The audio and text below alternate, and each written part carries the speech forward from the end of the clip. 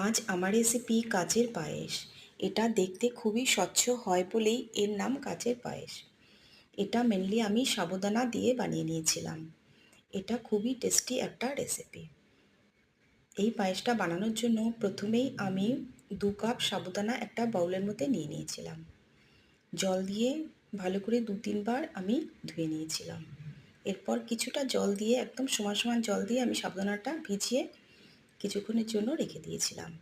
প্রায় আধা ঘন্টা পর সাবুদানাটা বেশ ভিজে গিয়েছিল। এরপর হাত দিয়ে আমি খুব ভালো করে সাবুদানাটা স্ম্যাশ করে নিয়েছিলাম, একদম মিহি করে।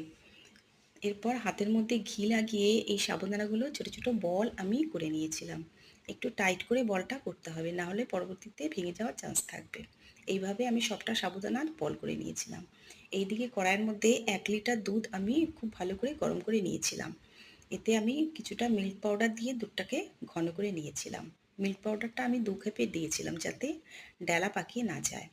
এরপর মিল্ক পাউডারটা ফুটে গেলে এরপর আমি এতে সাবুদানাগুলো বলগুলো আমি দিয়ে দিয়েছিলাম। খুব হালকা হাতে আমি কিছুক্ষণ নেড়ে দিয়েছিলাম।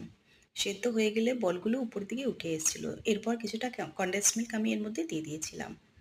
যেহেতু আমি কনডেন্স মিল্ক দিয়েছিলাম চিনি তাই একদমই কম আমি দিয়েছিলাম। কয়েকটা এলাচি দিয়ে আমি নামিয়ে নিয়েছিলাম আর কেশর দিয়ে পরিবেশন করেছিলাম।